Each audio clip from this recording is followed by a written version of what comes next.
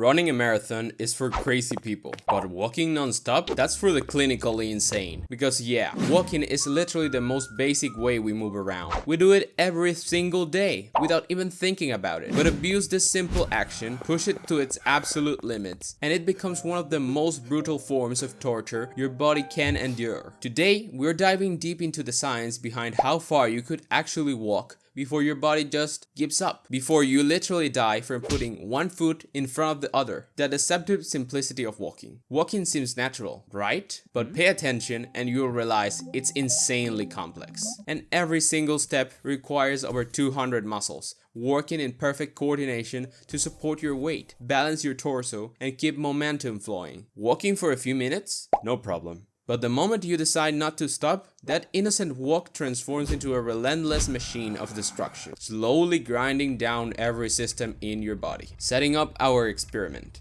For this hypothetical experiment, we're taking an average person, 165 pounds, 5 feet 9 inches tall, with about 2,000 kilocalories available per day, stable climate at 68 degrees Fahrenheit, and limited access to water and food. No supplements, no assistance, no cheating. Act 1. The innocent beginning. Mile 1. That first mile is a liar. It feels easy, just like any casual Sunday stroll. Your heart rate barely increases, your muscles are fresh, and your breathing doesn't even change. But here's what's actually happening. Your body starts tapping into glycogen, that quick release energy reserve stored in your liver and muscles. You burn around 80 calories, basically one small cookie. No pain, no alarm bells. Your brain relaxes because walking is hardwired into our DNA. But what seems like a peaceful walk is just the first domino falling in a devastating chain reaction that will systematically destroy you step by step. Act 2. The crack appears. Miles 1 to 12. 12 miles takes roughly 4 to 5 hours of continuous walking. By this point, you've burned about 1,000 calories, one full meal's worth of energy.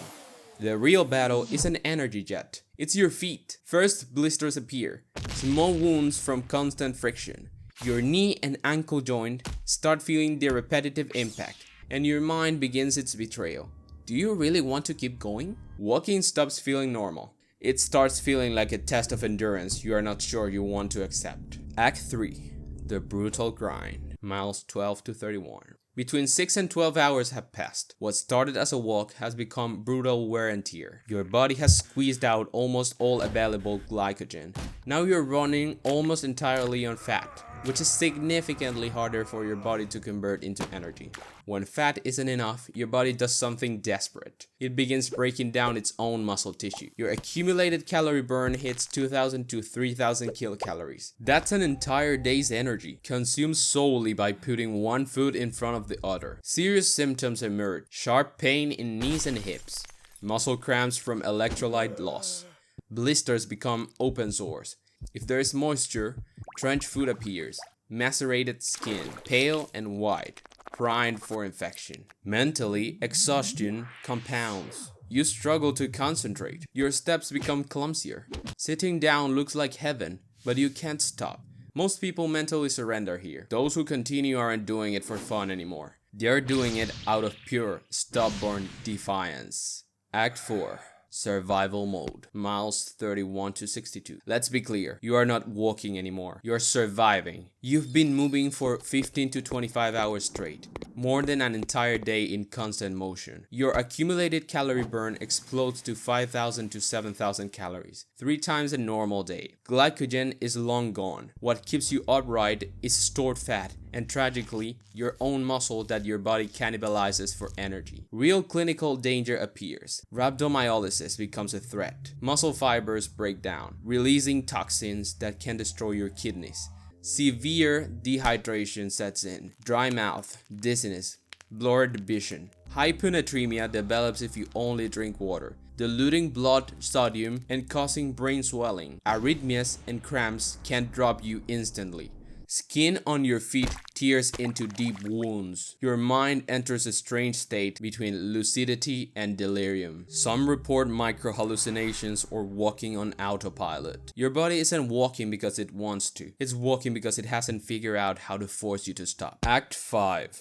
the final collapse. Miles 62 plus. If you're somehow still standing 2 full days have passed, energy expenditure exceeds 12,000 kilocalories. Body fat reserves are nearly depleted. Your muscles have been used as fuel.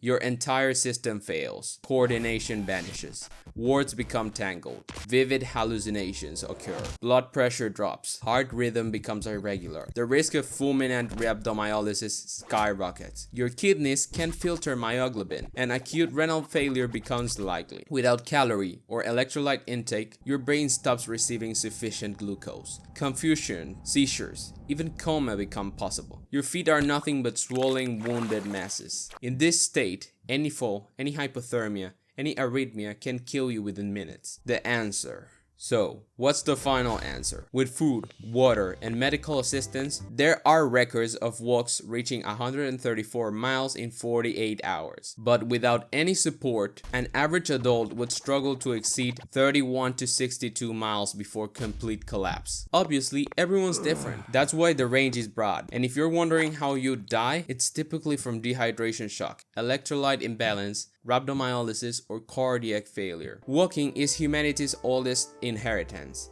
Our ancestors crossed deserts, jungles, glaciers, one step after another, chasing food or fleeing death. Thanks to that, we are here today. Ultimately, it's not about how many miles you can walk until death. It's about remembering that every step you take today, however small, is part of the same journey that began thousands of years ago. If you enjoyed this deep dive into human endurance, hit that subscribe button for more content exploring the limits of what your body can handle. See you in the next one.